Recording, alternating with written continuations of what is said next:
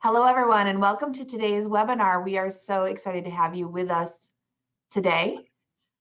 We are in the process of getting started, and while you are all logging in, just want to do a couple of checks on how you can interact with our system today so that you can get the most enjoyment out of this session. The GoToWebinar system, you'll see a panel at the side of your screen. Opening and closing that panel allows you to access the controls. To join the audio, you can choose the mic and speakers to use your computer audio. You can also use your telephone and dial in if you are more comfortable. You will all be muted today listening, and the primary way that you'll engage with us is by submitting your questions. You'll see the questions pane in there as well. Pop in questions anytime. As we go through our conversation, we'll be looking for questions that relate to the material. We'll pull them in, and we'll also set aside some time at the end of our discussion to handle those questions. So we encourage you to submit questions early and often so that we can respond to them as we go. We also want you to know that today's presentation will be recorded. Within 48 hours, you'll get an email which includes access to the recording. You'll also get an email after this session with some additional materials for your reference and continued learning. One last note before we get started, we value confidentiality, so we may share cases or anecdotes from families. We're going to obscure the identifying details. Some of them may be composites from family experiences, or they may be stories that we have permission to share from the families, but we want you to know that we take that obligation very seriously. And also, in reflection of that, when you submit your questions to the system, we'll pose those questions to the group, but we will not identify you by name, so you can feel comfortable asking what is most on your mind. And lastly, this is an educational dialogue. So we're going to share some perspectives and some ideas today, and what is going to be the right thing for your family is going to be specific to you. So we encourage you to consult your own advisors and apply what you learned today to your own specific situation. And with that, we're going to get going with our conversation. I am so pleased to welcome today my colleagues, Steve McClure and Richa Singh. Say hello, everyone. Hello, glad to be here. Hello. Today's discussion is focused on unplanned paths to continuity success. And it originates out of a conversation that Steve and Richa have been having and preparing for an article that they recently wrote, the title of which is Leveraging Challenges to Drive Continuity Planning Opportunities. And that's a material that everyone will receive after the webinar, but today we're going to focus on building on those ideas and learning more about the various things that prompt succession and continuity questions within families. So we'll dive right in. We're going to spend about 40-45 minutes talking today, hopefully, and then we'll leave some questions at the end, and we'll be happy to hear from you guys what you want to focus on. So the topic today is continuity planning. Let's start with a definition. Many people may be familiar with the idea of succession planning and maybe less familiar with the idea of continuity planning. So Richa, why don't you start us off by talking about what does continuity planning mean, and why is that language that we typically use when talking about these sets of activities? Yeah, well, Christy, you said definitions, so I'll take a step back and let's start with the dictionary definitions. Succession is defined as people or things following one after another. So it's mostly concerned with what comes next. In our case, it's usually leadership. Continuity, on the other hand, is defined as a consistent existence of something over time. So an institution, a legacy. Continuity planning, that's why I feel, in my opinion, it's a preferred terminology, just because it's more comprehensive, it's inclusive, it's proactive. In succession, oftentimes we see that it's concerned with going from one generation to next, and that's it. Continuity, on the other hand, does not have a hard landing spot like that. When we do continuity planning, we are actually looking to answer not just transition for ownership, but business strategy, business governance, family education, and how can we how can we keep the family engaged and involved through these transitions over generations, I would say. Steve, What what do you would you think? add? You know, when I think about continuity planning, I think about the use of a lot of processes. So we asked the question, you know, what's a good process for transitioning a board of directors? What's a good, you know, how do we make that fair? And what's a good process for matching a board of directors to the leadership succession solution? What's a good process for continuity when we have a transition from, you know, one generation to the next in the ownership? And, you know, often it's the case where we have many more owners in the next generation. And so it's a good process to use, and how do those processes interact with each other? And the other thing I think about with continuity planning is when you put those processes in place, they can be used again if they're fair. So a family that learns to use them can adjust. So if something comes up and maybe the leadership solution doesn't last, you can fall back on those processes and use them again, and come up with a solution that meets the emerging new need.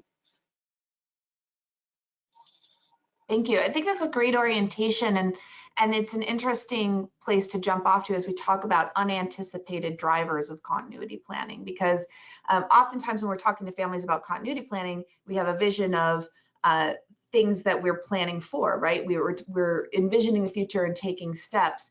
And today we're really talking about the things that might come out of the blue, or that we may not have predicted, that prompt these kinds of questions. So what are some of the most unanticipated drivers of continuity planning? What do you see families facing that spark these conversations, and how do these conversations emerge? Maybe we'll start with Richa. I was thinking that you will ask me, and as soon as you said unanticipated driver, I was like, I won't do any spoilers, but I must mention this family business that all of us, this intriguing and illustrious family business that all of us are following these days very closely, and what is happening to them right now.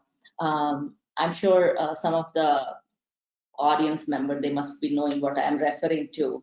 I don't want to say the name, but anyway, without going there, I was thinking the sudden turn of events sometimes, and it triggers a lot of thought process.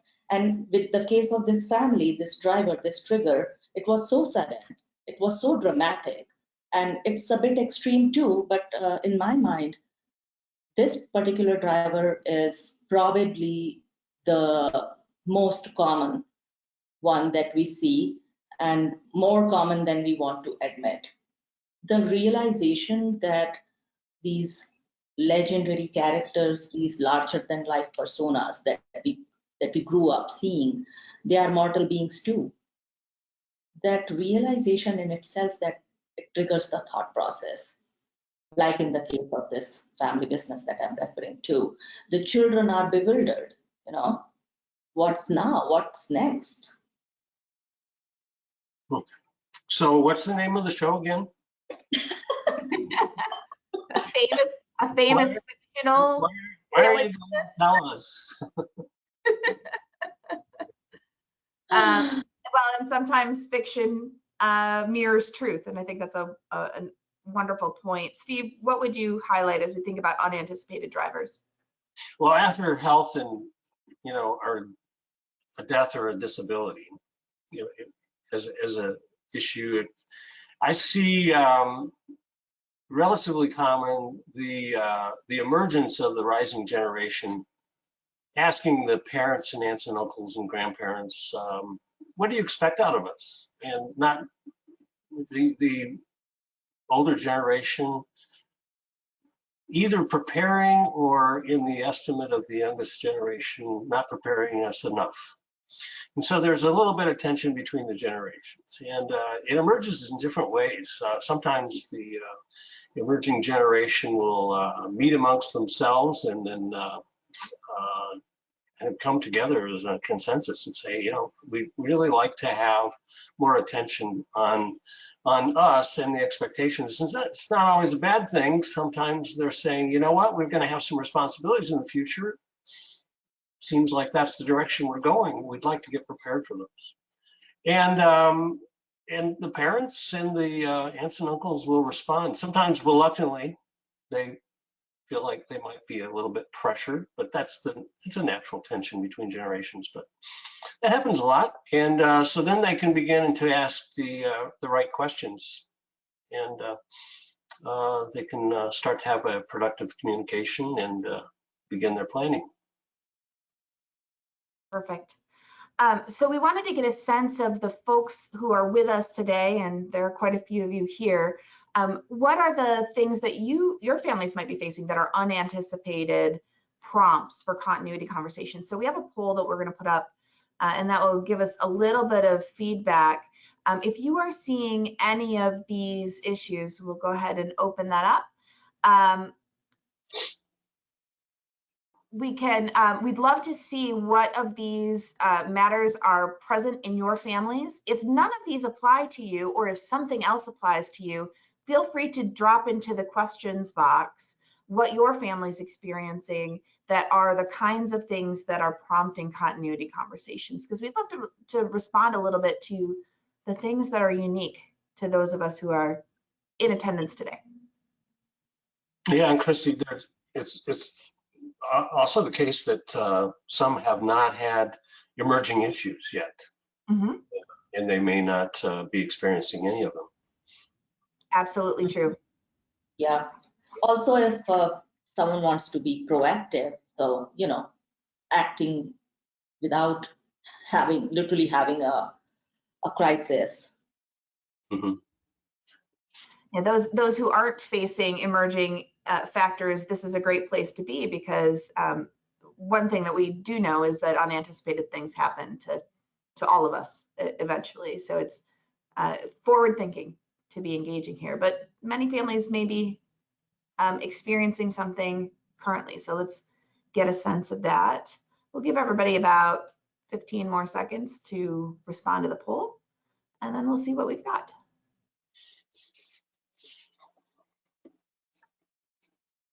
And I am seeing some comments in the chat. So once we get our poll responses, we will share some of those as well.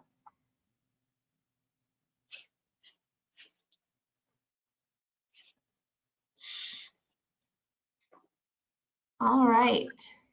All right. So Steve and Rich, I presume you can see the responses. Do you want to react to what we have? Yeah, it's really interesting, the responses. Yeah, so see the lack of engagement in the next generation. So what we just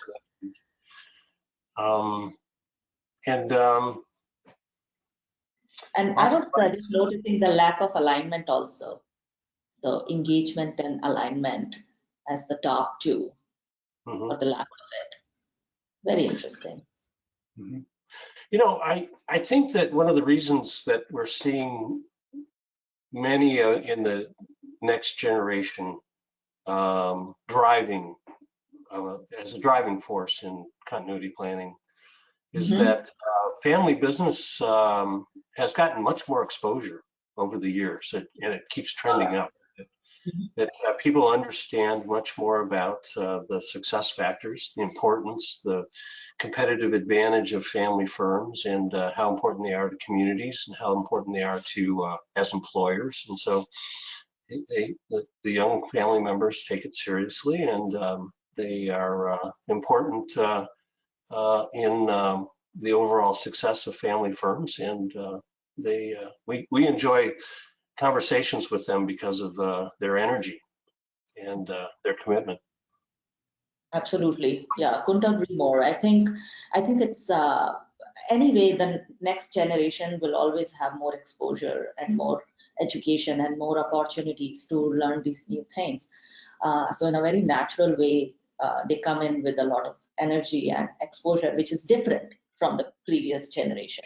And it works also because, you know how they say, what got you here will not take you there. So. They also experience the contrast too.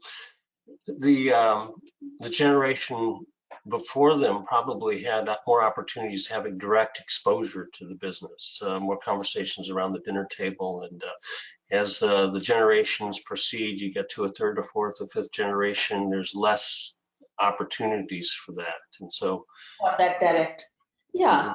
And I guess that probably creates need for that engagement, that need for that alignment to happen, in which used to happen in an organic way, but now in probably in fourth or fifth generation, you have to have systems and intentional things to do around alignment and around engagement.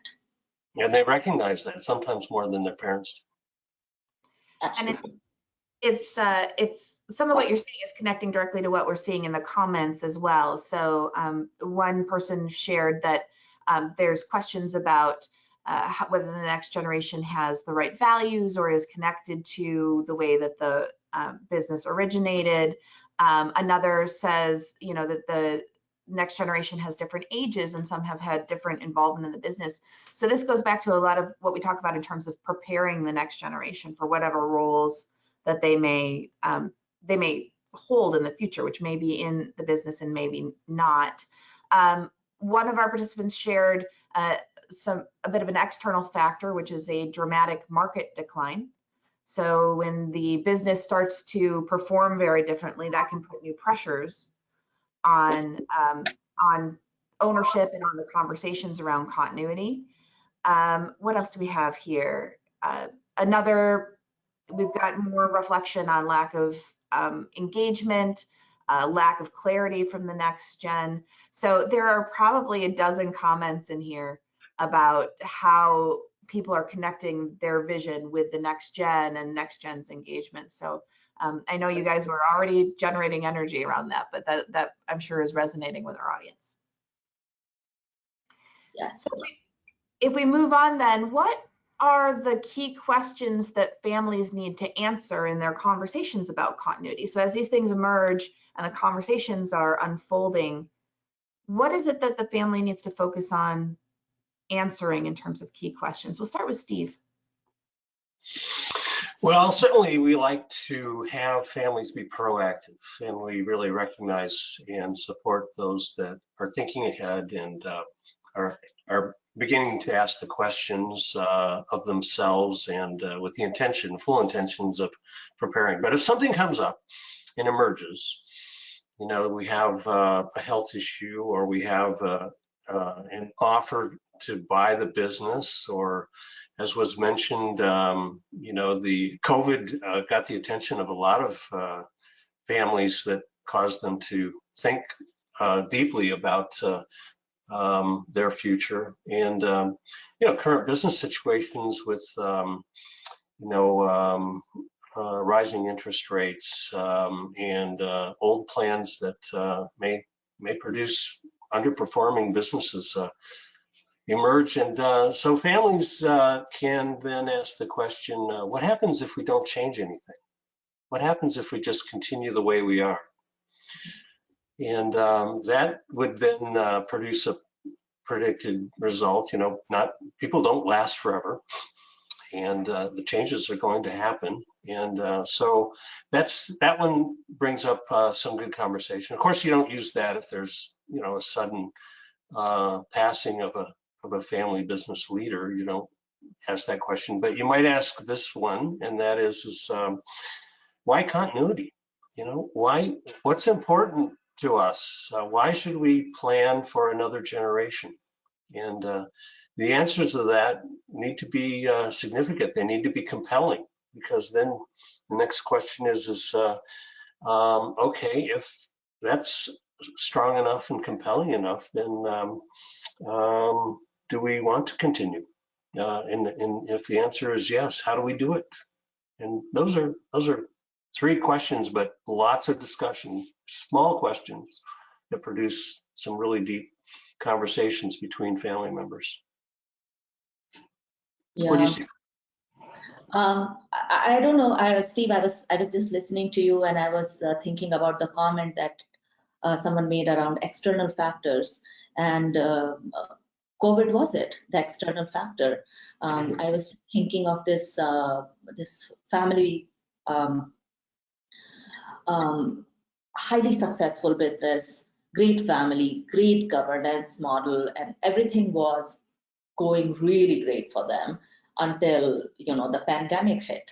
And for about pandemic was there, everything was at a standstill, and for about 2.5 years, the family or the family council, they were not meeting. They did not have any contact whatsoever. And now that we are in the post-pandemic world and everyone is kind of waking up from their slumber, the family council chairperson, they started to reach out to people. Hey, let's schedule the next meeting, let's schedule the next date. And they were surprised to be met with, what's the need?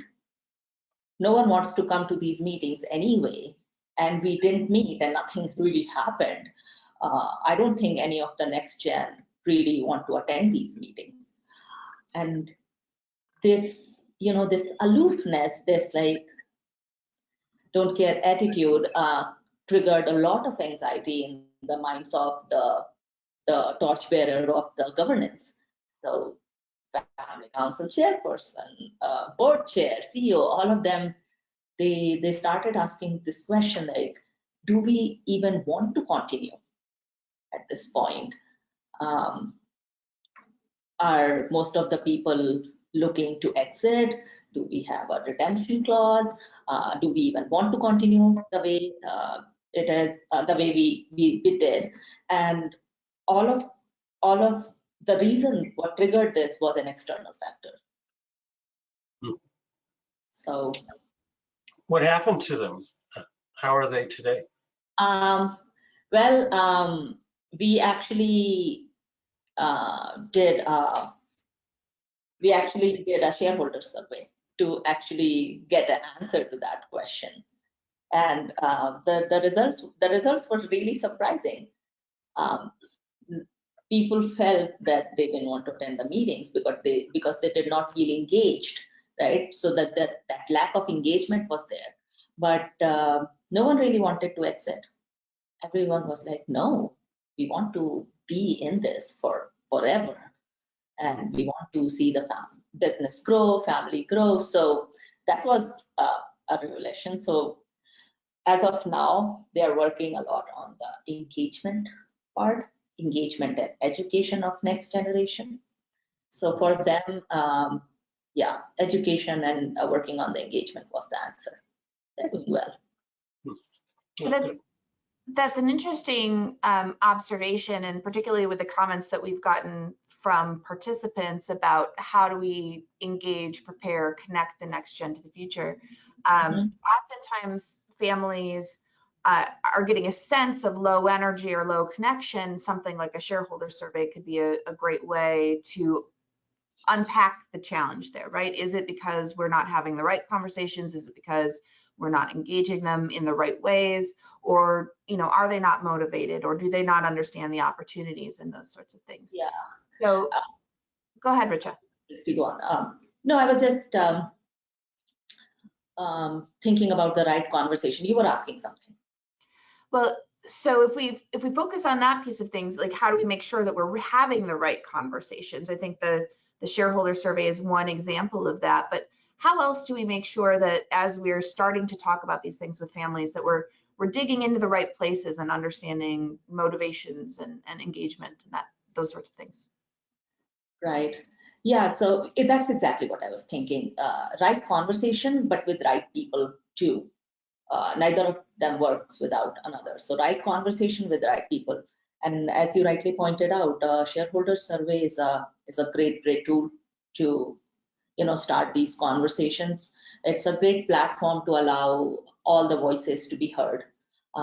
You can have an anonymous survey. So it's a check-in that allows everyone to express their concerns at the same time, ensuring psychological safety.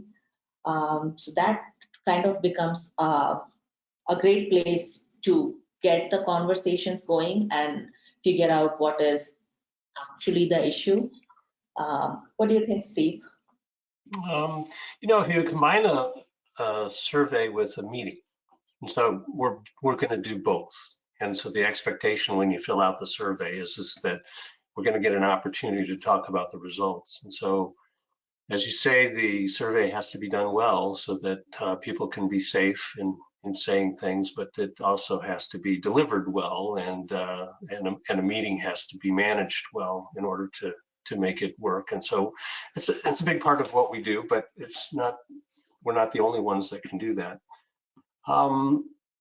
I've run across a few family clients that have said that we don't want a meeting without a survey, because they want the most relevant information, and they know that the issues are going to emerge when they do a survey that might not emerge if they just have a meeting.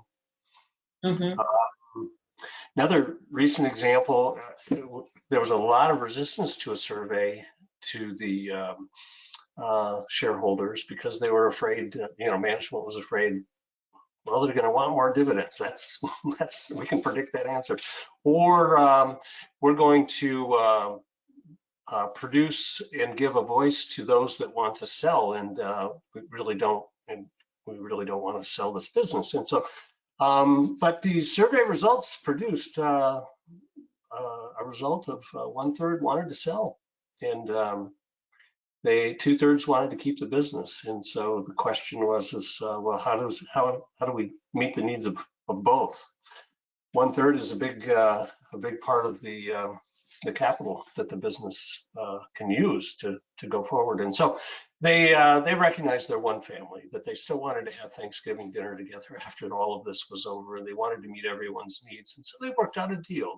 They had a long-term payout, which allowed for capital to be used by the company. They had a good balance sheet, so they did have borrowing capacity, and then they also were reasonable with respect to a price that the sellers and the buyers both thought was fair. And so it was dangerous and concerning at the beginning, but the unanticipated event of the emergence of folks raising their hand and saying, really, I don't want to be a part of this for long term. My children don't want to be a part of this for long term. It was scary at first, but it worked out. Family still gets along very, very well.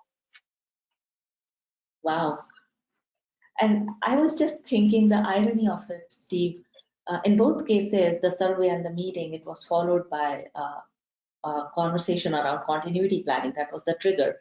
In your case, there were people who really wanted to sell, and that was the unanticipated event.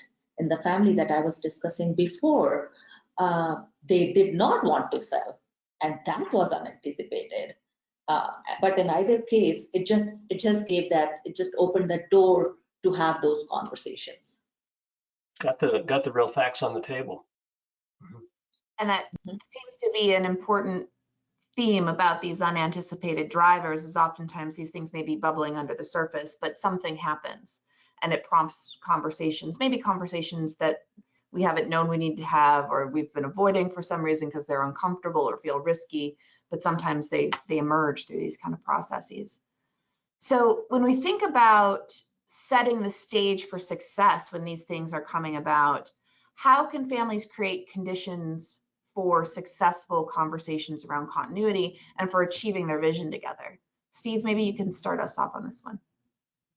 Yeah, I've thought about this quite a bit, and there's a fair amount of experience of seeing families do this well.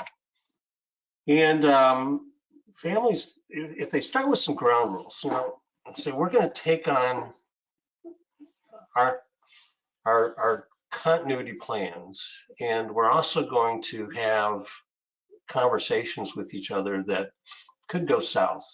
And so let's have some ground rules.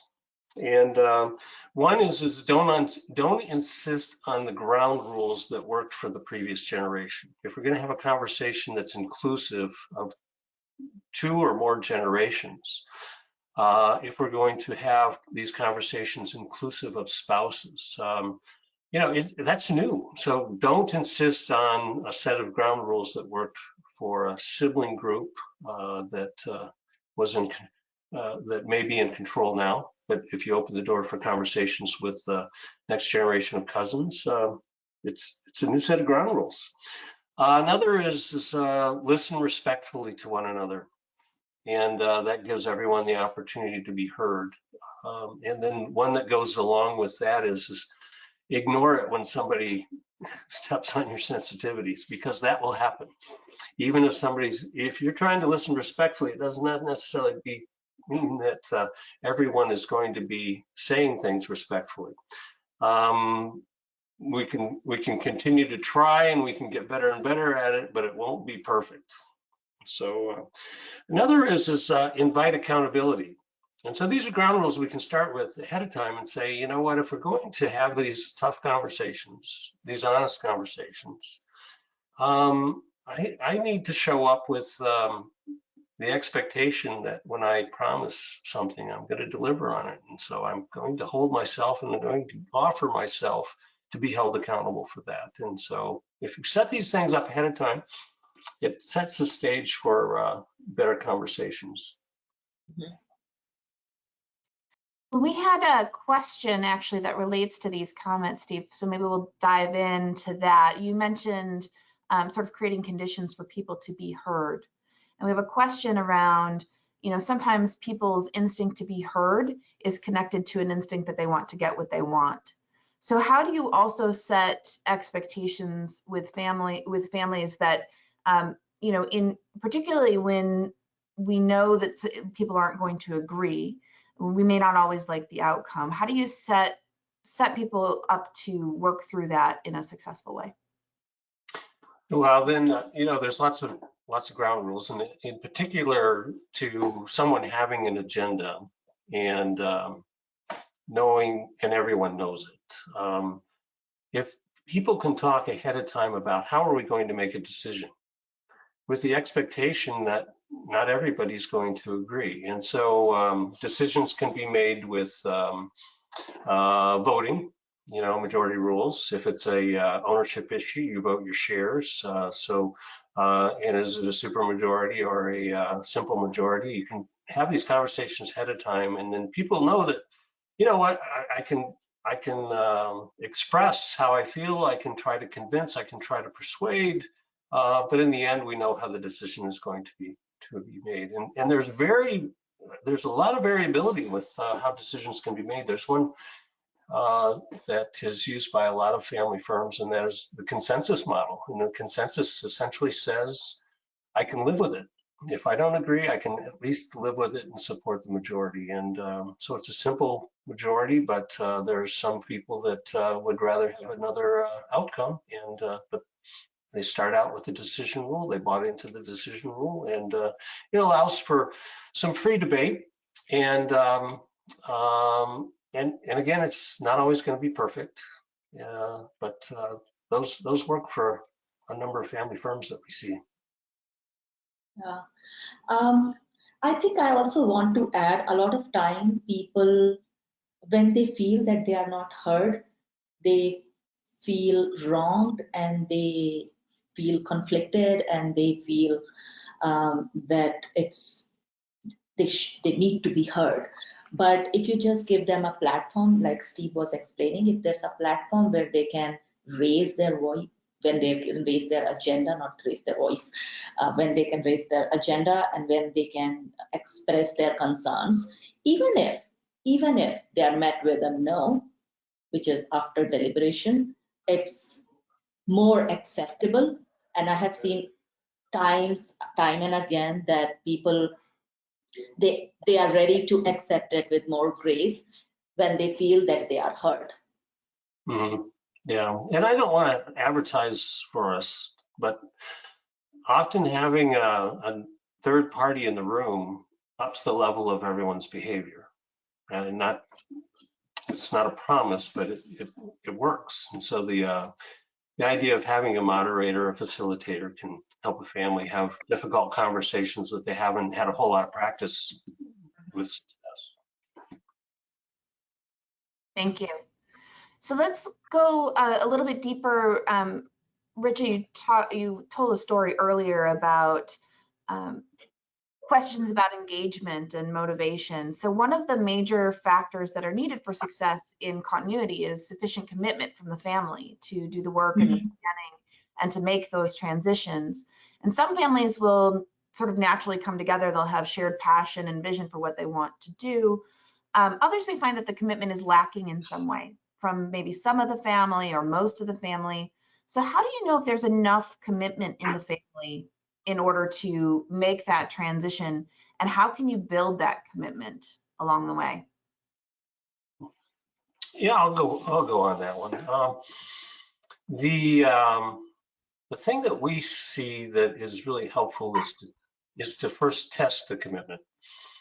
And there's a lot of writing, there's a lot of information out there that didn't exist a few years ago, and that is this: here's what we need for the success of a cousin generation. Here's what we need for the success of a sibling generation. And so we can then ask the question, okay, there's a fair number of changes we need to make in order to be successful, say in a cousin generation, for instance.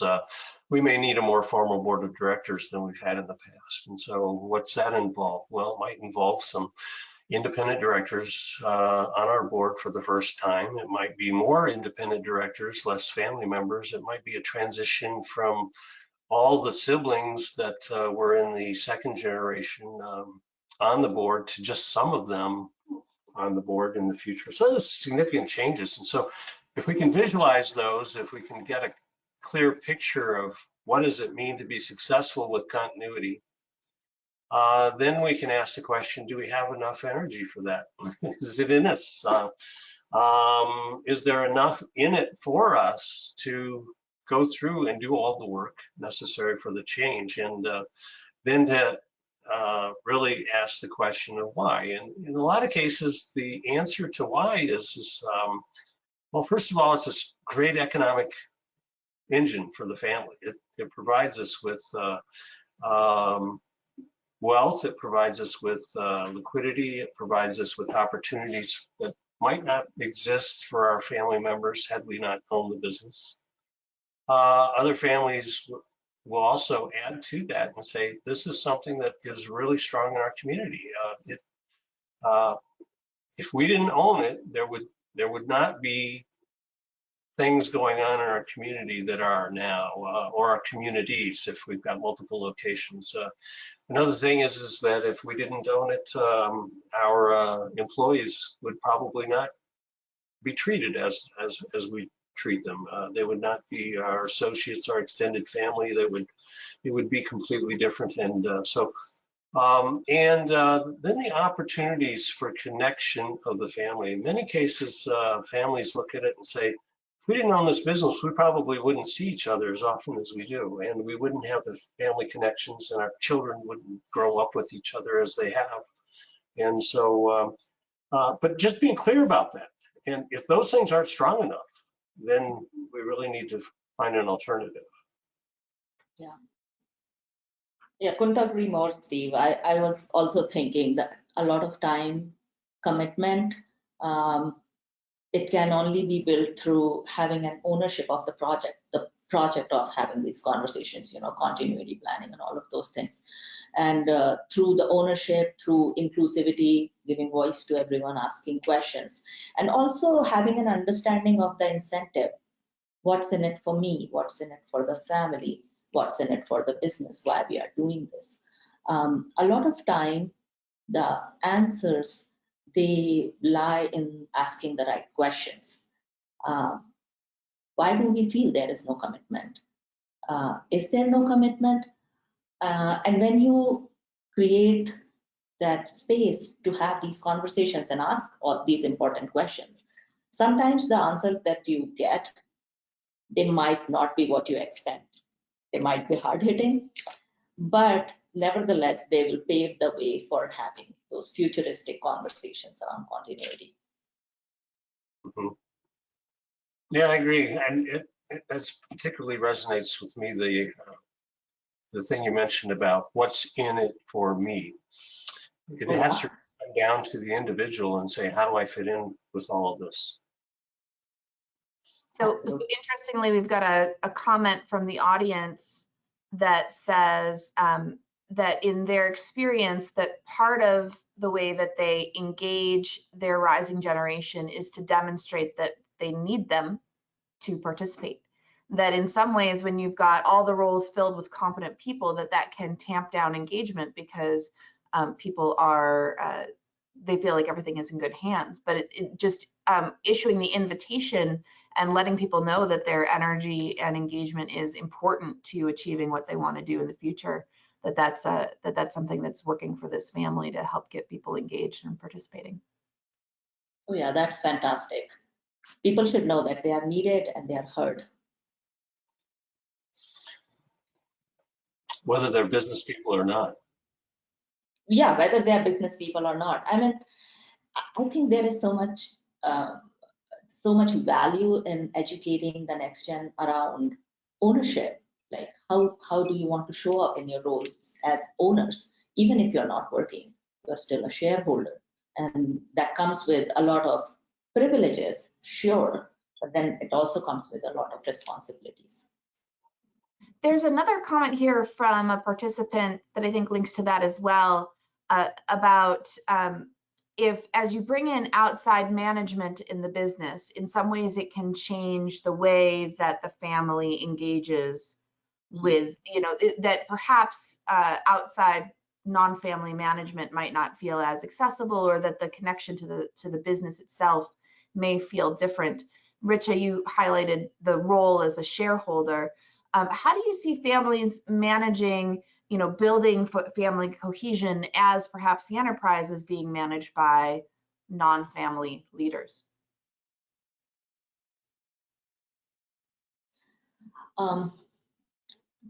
That's a good question, but it's an important question too. When you do have, let's say, a good governance in place, you have a board, you have a non-family management working, a lot of time people feel that, okay, yeah, everything is in good hands and it's going pretty well. That is the time when you need to become intentional around building cohesion, building those connections for all these family, the governance, and the management of the company. You need to build those bridges in an intentional way, because for earlier, when the business was also managed by family, that bridge was already there in an organic way. Now it's not, so you need to become intentional. You need to, again, start with education. How can we build those cohesion? How can we build those bridges? What are the activities that we can partake in? I remember this family, they created a lot of momentum around having conversations about their values. How can they create a culture that is reflective of their values?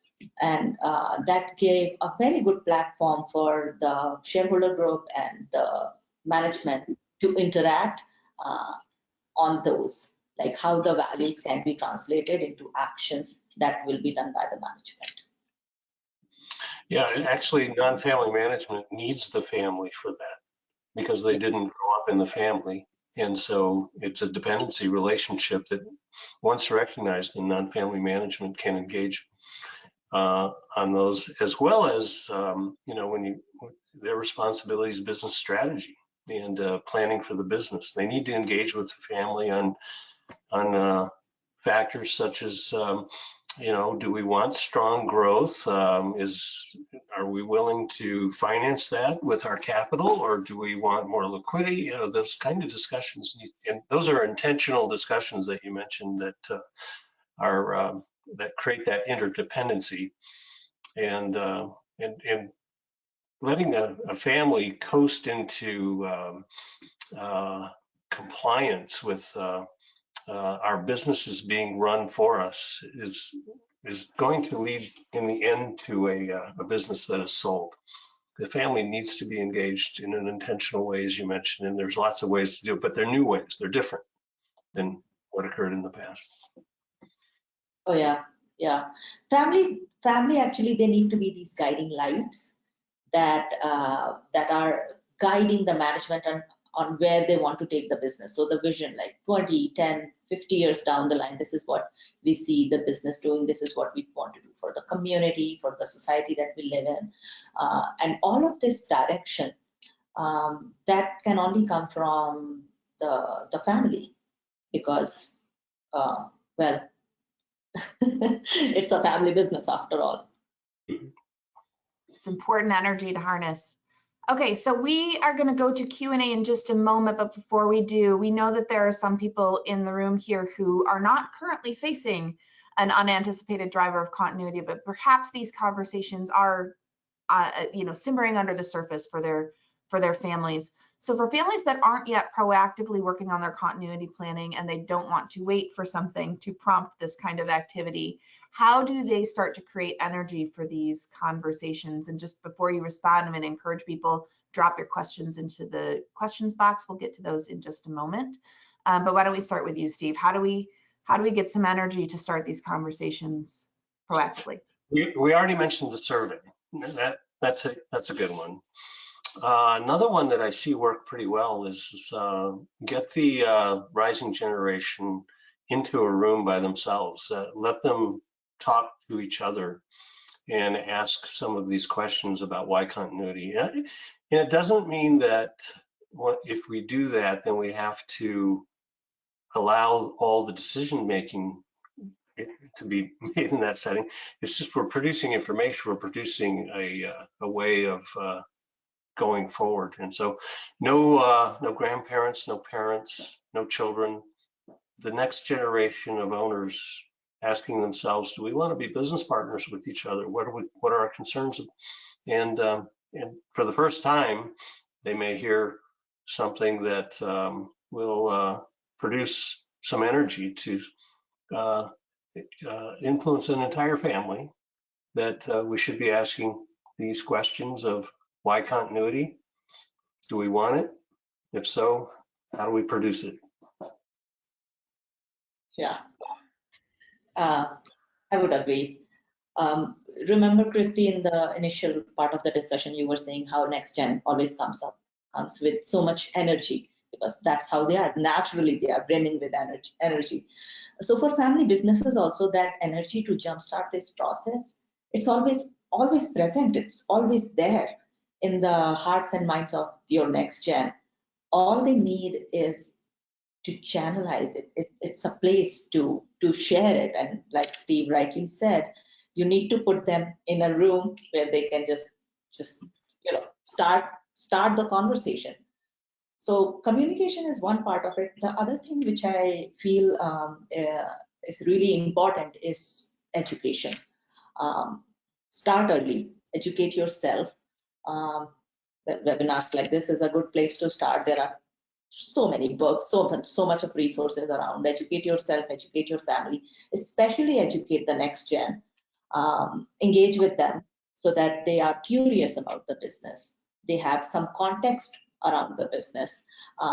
Have conversations with them around the vision, purpose of the family, why we are in this together. Conversations which are futuristic, 20 years down the line kind of conversations.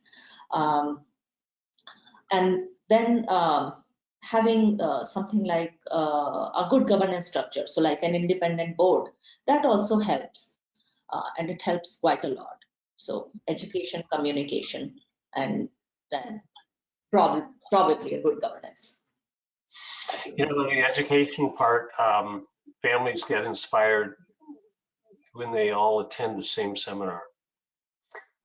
So because it produces conversation in the drive home, or it produces conversation in the next time that they meet, or if they all read the same article before a meeting and plan on discussing it. So individual family members can lead that. There's family champions that our colleagues have written about that lead these educational events, or lead the families attending them or participating in them. And but if they do it together, then they have conversations afterwards. Yeah, totally. It becomes an activity, And then they have the same vocabulary too. Right. Absolutely agree with that. I would say that our attendees today with this conversation are probably people who are dedicated to their own continued learning. And one of the pieces of advice I always give is, even if you can bring one other family member with you, it becomes much easier to translate the things that you've learned to the rest of the family. Because when you're one voice, no one else has the same experience. When there's 2 or 3 of you who have participated, you can start to, sort of share those concepts and ideas with others and build more energy around it. So that's fantastic. All right, we're going to go to our questions. We have plenty coming in, so we'll see how many we can get through. And for those of you who we don't get a chance to react to, by all means, follow up afterwards. You'll get a survey directly after the session. We welcome your comments, and if you'd like for us to follow up with you directly, we're happy to do that. Just put that information into the survey, and we will do so. We talked earlier about setting norms and accountability expectations. What happens when families don't live up to their own norms and expectations for accountability in these conversations? And how do you reinforce that, or what are the consequences for that within the family? Well, I think I was talking about the accountability piece, so maybe I'll start. Certainly want to hear what you have to say, Richa. Expect that that's going to happen. I mean, we're not perfect, but the opportunity to be able to come back around to a meeting where we revisit the plans that we put in place before is pretty powerful.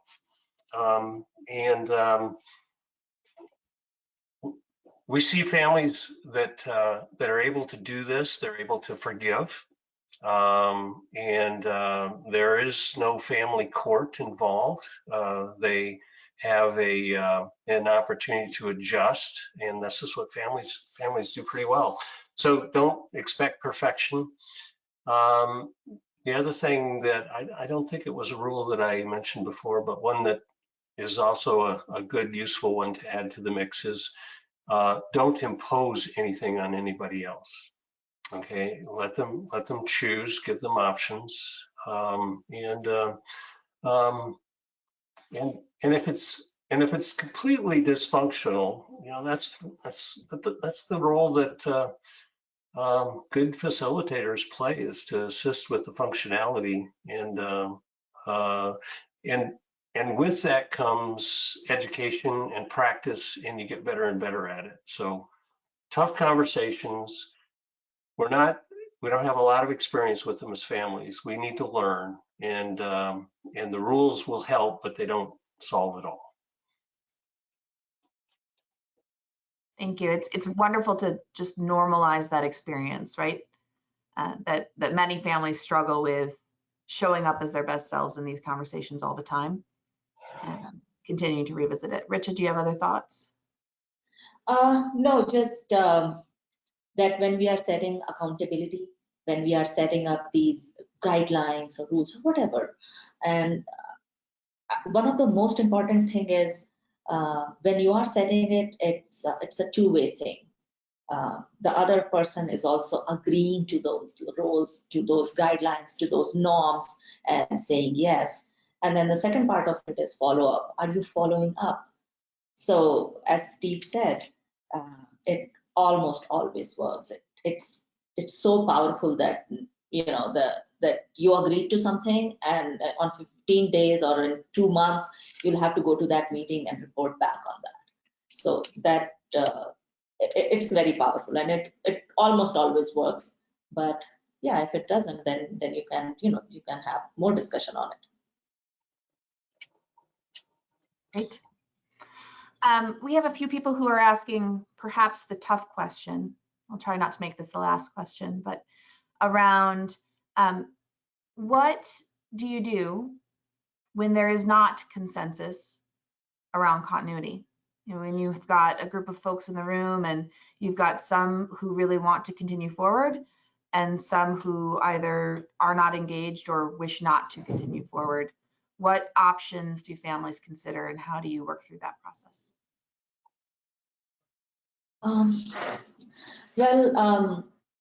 I'll start it off, Steve, then you can take up. One of the things that next gen owners, shareholders, they must understand it is within owners also there are multiple roles. You can be a governing owner, you can be an active owner, you can be an investing owner, you can just be a passive owner. So a lot of time next gen, because they have seen their fathers and forefathers in certain roles, they put this self-imposed expectation on them that they have to show up in exactly the same way as their dads did. Otherwise, it's the only other option is to exit or is to not continue. So if we can educate them on that, okay, the next option is if you can be an investing or just a passive owner. If even that is not an option, then there are, you can move further and start talking around lines of exit and redemption and future. So that's what I think. That's not an only option. Other thoughts, Steve? No, I can't add anything better. That's right on topic, right on target. It's a great call out that sometimes we don't see all the options in front of us. And particularly in emotional conversations, creating conditions where you can have more creative options. And if that means that, again, with a facilitator or an outside person who can help you see other alternatives or other paths, or talking to other families who've had different kinds of experiences and have taken a different path.